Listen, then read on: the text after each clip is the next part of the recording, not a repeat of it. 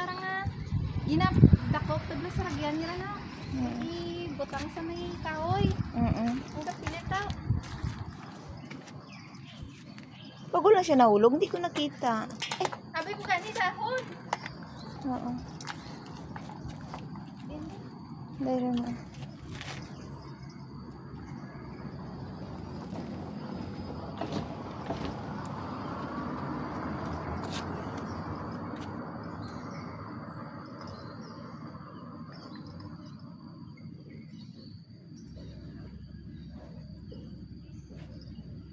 Paano siya? Sa pagit ka sapak nga dapat pahon nga labaan ng kuko.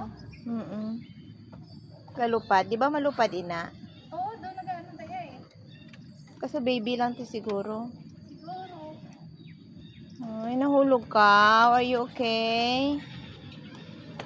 Sabi ko gani ka ang dahon o kahoy pala. Oo.